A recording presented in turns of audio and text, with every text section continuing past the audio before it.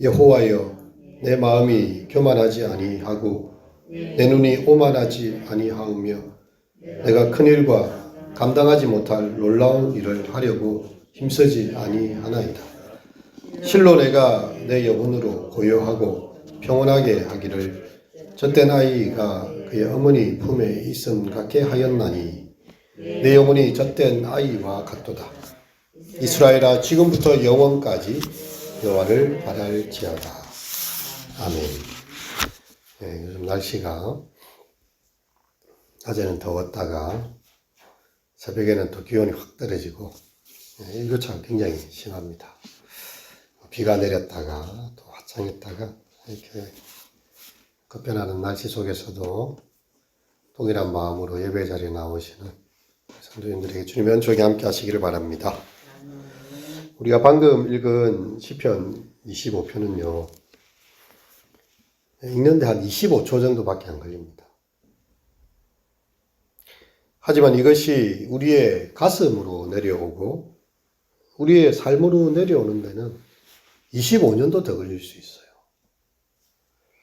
찰스 스폴전은 131편을 바라보면서 읽기는 가장 쉬워도 삶으로 터득하기가 굉장히 어려운 시편 중에 하나다라고 이야기를 합니다.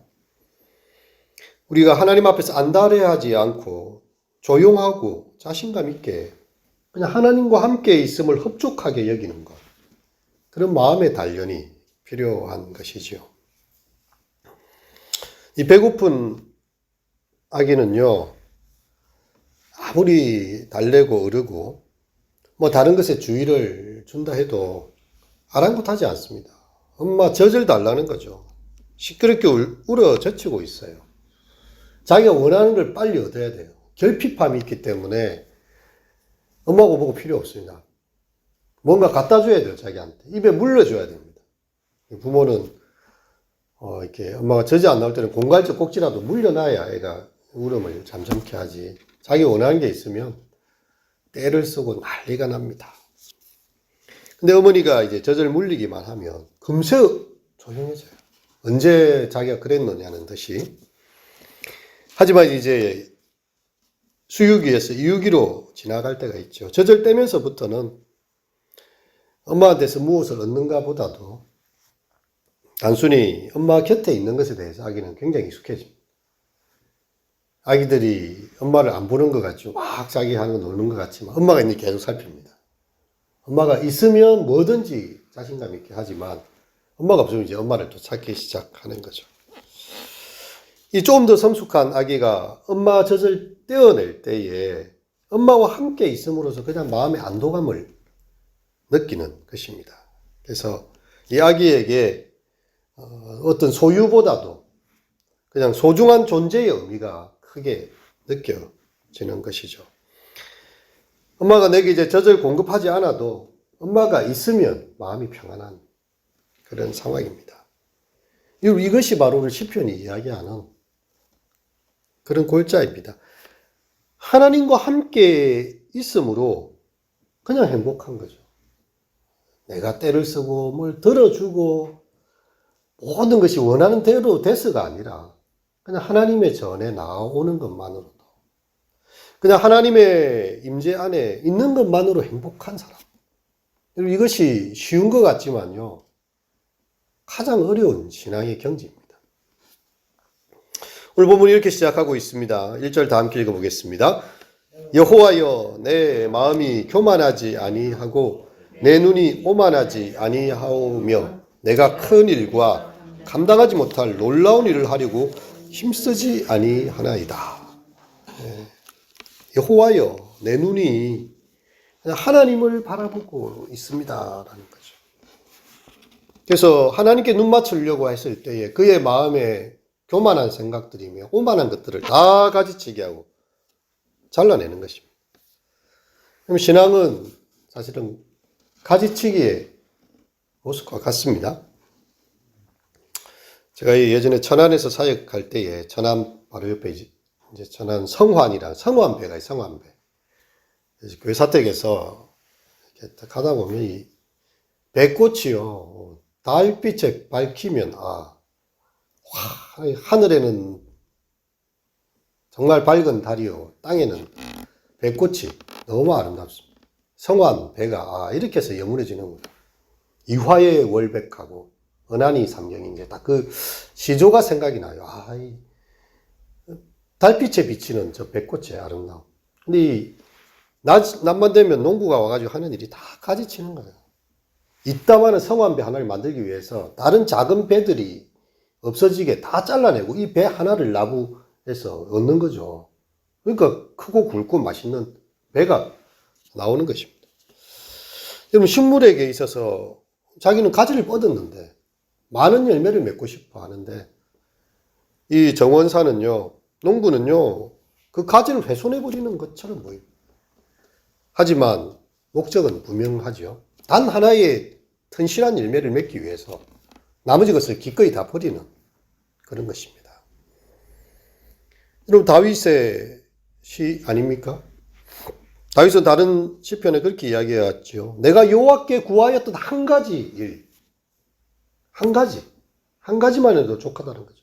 곧 그것을 구하리니 나로 내 평생에 여호와의 집에 거하며 그의 아름다움을 사모하고 앙망하는 것이라. 악인의 집에 장막에 거하는 것보다 내 하나님 집에 문지기로 있는 것이 좋사오니 이 땅에서의 세상에서의 첫날을 사느니 하나님 집에 하루를 살더라도 그렇게 있고 싶다는 마음이죠. 다윗의 마음이 하나밖에 없었어요. 어떻게 하면 하나님 앞에서 내가 서 있을 수 있을까? 그 나머지는 다 부수적인 것들이고요. 없어져도 될 것이었습니다. 한 가지 꼭 그것을 구하리.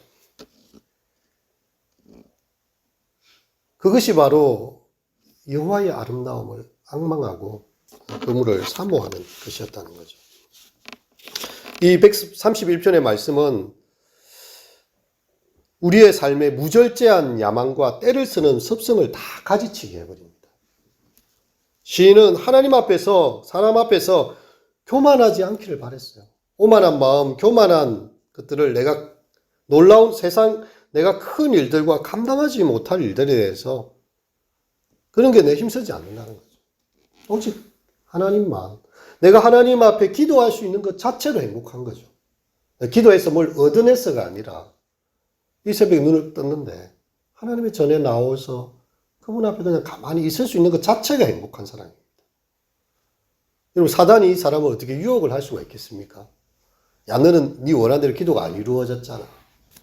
기도를 안 이루어주면 하나님 너를 사랑하지 않는 거야. 기도를 안 이루어주면 너는 아직까지 회개할 죄가 많은 것이고, 기도 안 해주면 하나님이 혹시 없을지도 몰라. 뭐 이런 갖가지 상상들과 우리의 마음을 미혹해 하는 것들로부터 자유롭게 되는 거거든요. 하나님 계시고 나는 그분의 자녀고 그분 앞에 기도하는 것 자체가 행복한데, 자녀가 이제 부모한테 뭐 필요한 게 있습니다 라고 꼭 해서가 아니라 이제 성숙한 자녀가 되면 전화를 했을 때 부모님이 계신 것만으로도 행복한 거예요. 그분 존재 자체가 감사한 거예요. 하나님 앞에 아무것도 안 주셔도 좋으니까 내가 하나님 앞에 내가 오늘 이 새벽에 와서 기도할 수 있음 자체가 행복한 것입니다. 이런 고백이 바로 이 131편의 고백인 것이죠. 우리가 잘 아는 우시야 왕이 있습니다. 자기의 정치적인 성공이 너무 자랑스러웠어요. 남유다를 통치하면서 나처럼 성군이 될 수 있을까? 나처럼 정치적으로나 경제적으로나 군사 대국을 이루고. 근데 그 문제는요, 그 마음이 교만해져 버렸어요. 그래서 악을 행하고 하나님 앞에 죄를 지었다. 성공을 했는데 마음이 교만해져서 하나님 앞에 죄를 짓게 되었다는 것입니다. 이것이 역대하 26장 16절에 나와요. 그럼 그 어떻게 됩니까? 우시야 왕이 보니까 뭐 제사장이 가가지고 뭐 제사 드리는 거 별거 아닌 것처럼 보였어요. 자기가 하겠다는 게 그걸 하나님께서 제사장에게 맡겨놓은 거룩한 직분이 있지 않습니까? 왕과 제사장과 선지자는 상권 분립입니다. 그래서 이 왕은 정치적인 그 일을 또 백성을 다스리는 걸 해야 되지만 제사장은 백성들의 죄를 안고요. 하나님 앞에서 정결한 예식의 규례를 따라서 제사장만 해야 될 고유한 영역이 있는 것이죠. 그리고 선지자는 왕이 잘못하면요, 밖에 나와서 하나님의 음성으로 야단을 칩니다. 다윗이 아무리 뭐 숨겨놓은 죄가 있어도 하나님이 나단한테 보내서 죄를 지적하라 하면 왕 앞에서라도 당신이 바로 이 99마리 양을 가지고 있으면서 한 마리 양을 빼앗은 그 못된, 이 부자와 같은 사람이라고. 우리아의 아내, 밧세바를 빼앗은 일에 대해서 직접적으로 고언한 사람이 선지자라는 거예요. 분립이 돼 있어요. 자기가 왕이 되니까 왕이 마음이 너무 교만해지니까 여호와의 성전에 제사 드리는 거 나도 하지 뭐 이렇게 교만해버죠.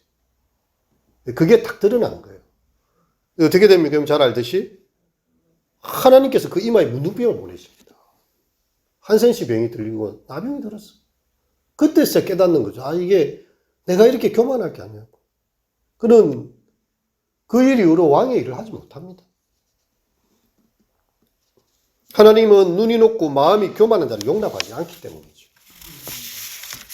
이 시인은, 다윗은요, 하나님 내 눈이 교만하지 않고, 내 마음이 교만하지 않고, 내 눈이 오만하지 않기를 그렇게 기도하고 있는 거죠. 이 다윗의 모습이 하나님의 마음에 합할 수 있었던 게 바로 그런 것입니다. 성공한 걸로 치고, 나라를 통일하고, 업적으로 치면 다윗이 우시아보다는 더 뛰어나죠, 사실은. 하지만 다윗의 마음은요, 그거 중요하지 않았습니다. 하나님이 나를 인정하시는가.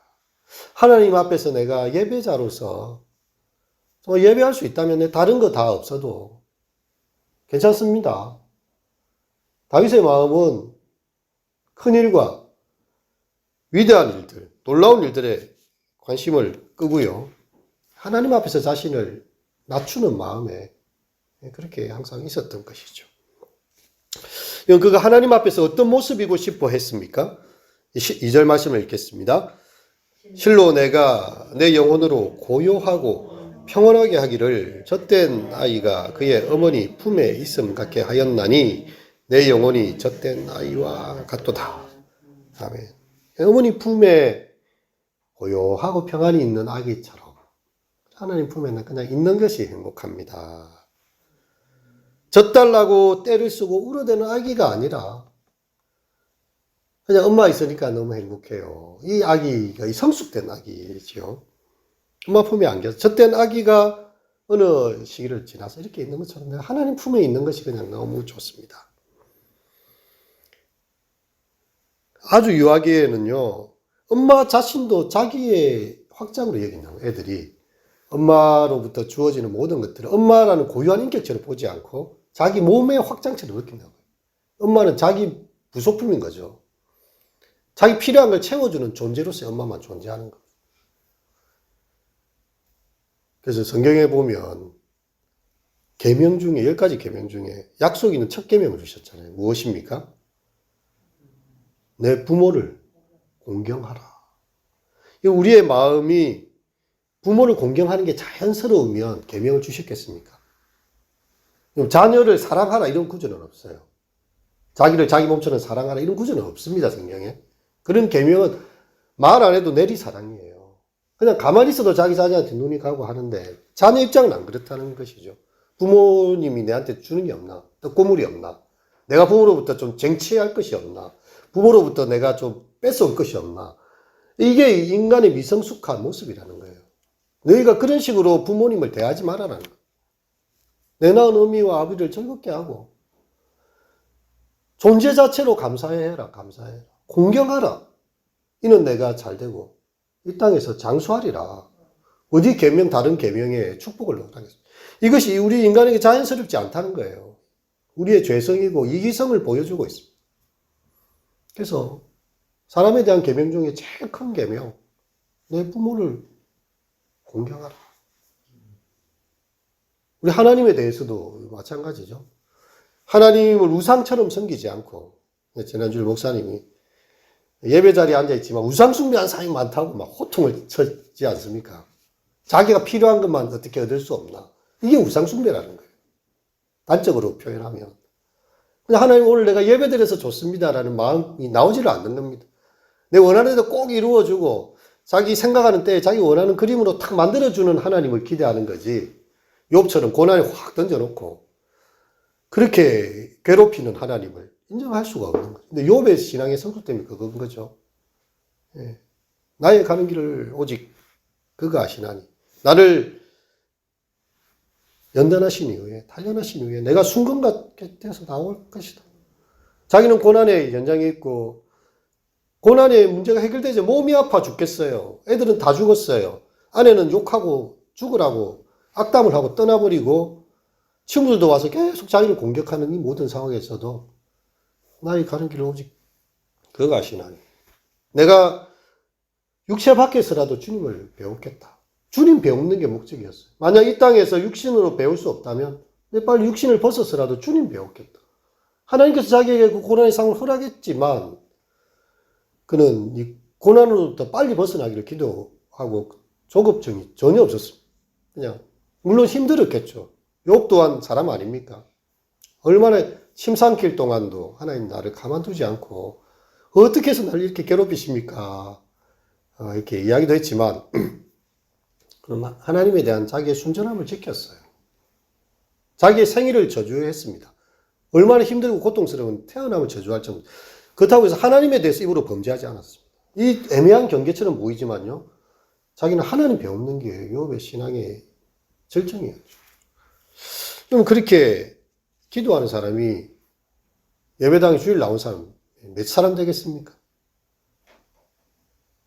이런 사람은 정말 없습니다.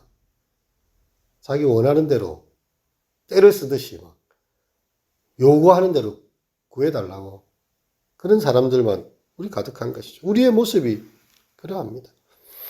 그래서 그냥 자기의 소원을 이루기 위한 수단으로서 하나님을 만나는 것이 아니라 하나님 자신을 만남으로써 그분이 나의 영광이 되고 그분 안에서 내가 행복함을 누리는 삶의 무게중심이 자기로부터 하나님께로 옮겨진 사람. 이런 사람이 시편 131편의 사람이죠. 자신은 큰 일과 감당하지 못할 놀라운 일을 힘쓰지 않습니다. 왜냐하면 그렇게 하다 보면 하나님이 원하시는 내 모습을 잃어버릴 때가 많아요. 놀라운 일, 기이한 일, 이 팔라라는 히브리 단어는요, 아주 뛰어나고 비범한 것을 이야기합니다. 자기를 과시하려는 노력입니다. 여러분, 사람들이 왜 빨리 병이 들거나 스트레스 받아서 과로사하거나 인생에 그렇게 그런 경우들이 많습니까? 뭐 여러 가지 경우들이 있겠지만 뭔가 자기 인생의 짧은 시간에 많은 것을 이루어야 된다는 그런 부담이 있는 거죠. 남들과 경쟁하고. 요즘은 광고가 조금 드는데 예전에는 뭐 하고 있으면 미국에 있는 보스턴, 뭐 뉴욕에 있는 누구가 당신의 경쟁 상대는 누구, 이런 식으로 이야기를 해요. 그러니까 자기 일을 열심히 빵을 굽고 있는데 경쟁 상대를 계속 만들어요. 부추기는 마음 아닙니까? 이 세상 풍속이 그러한 거죠. 우리의 욕망의 최대치를 끌어올립니다. 이게 우리가 살아가는 시대의 정신이에요. 그래서 야, 다른 애는 전교 1등 하는데 니는 뭐하니? 이렇게 되는 거예요. 반에서 1등 하는 것도 쉽지 않거든요. 전교 1등 하는 친구 있어요. 야, 지금 고등학교 우리나라에 몇 개인데 니 이래갖고 이 뭐 되겠냐? 전교 1등 하는 애도 야단을 맞습니다. 네가 이 학교에 1등 한다고 절대 자만하지 마. 그럼 어떻게 어느 장단에 발을 맞춰야 됩니까? 이게 한국 부모들의 성격이에요. 시험 잘 보고 와서 100점 맞았어요 하면 한국 사람들 뭘 묻습니까? 너 반에 100점 맞은 애가 니뿐이야? 시험 쉽게 나왔니? 남들보다 뛰어나야 된다는 거지, 자꾸만. 그러니까 큰 일을 계속 그림을 그립니다. 마음의 평안이 있을 수가 없지요. 그리고 타인의 마음의 평안도 뺏어버려요. 그래서 그것을 힘쓰지 않기로 했다. 하나님만 절대적으로 인정하고 하나님 앞에서 그분이 나를 사랑하신다고 말씀하시면 내가 세상에서 인정받고 사랑받을 만한 존재임을 증명하지 않아도 된다. 이런 마음이죠. 그래서 그냥 하나님 나를 있는 모습 그대로, 몸이 약하면 약한 대로, 가난하면 가난한 대로, 뭐 또 많이 들을 수 있으면 들을 수 있는 대로, 잘생긴 사람은 또 잘생긴 대로, 다 개성있게 다 하나님 만드셨고, 그냥 하나님 나를 이렇게 만드셨구나.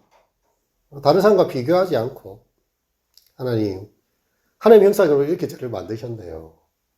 그렇게 감사하는 그런 모습인 거죠.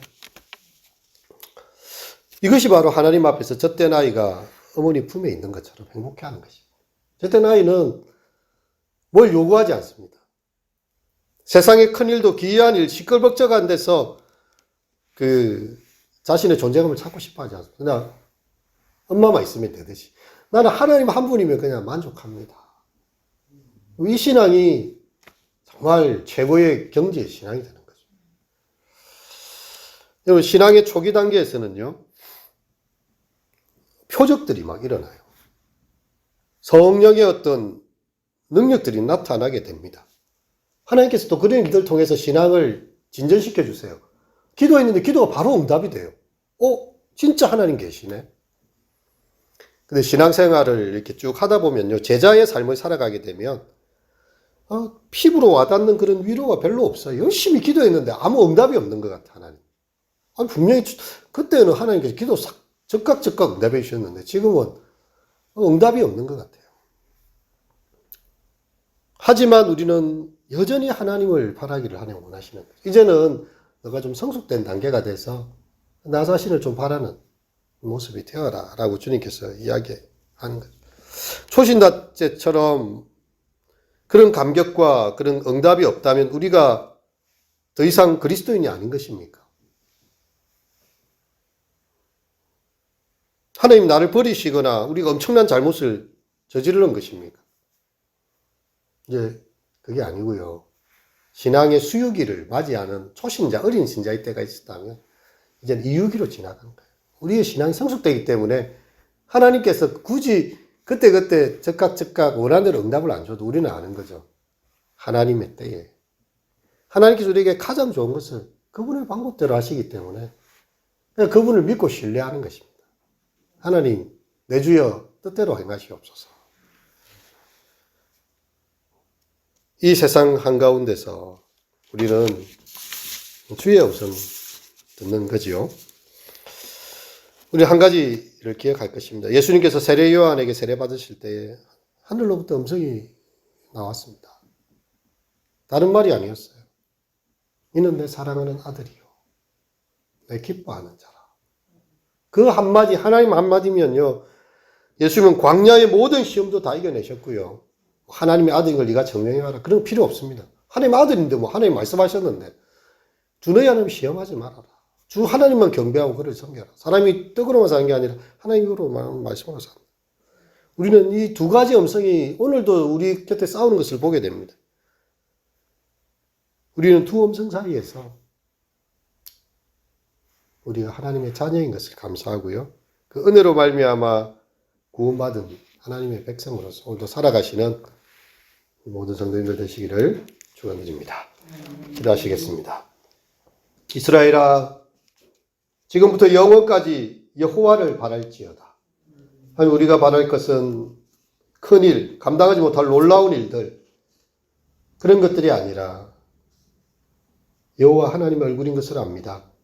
지금부터 영원까지 하나님만 바라보는 높은 경지에 신앙의 성숙함이 우리 가운데 있게 하여 주시옵소서. 예수님 이름으로 기도합니다.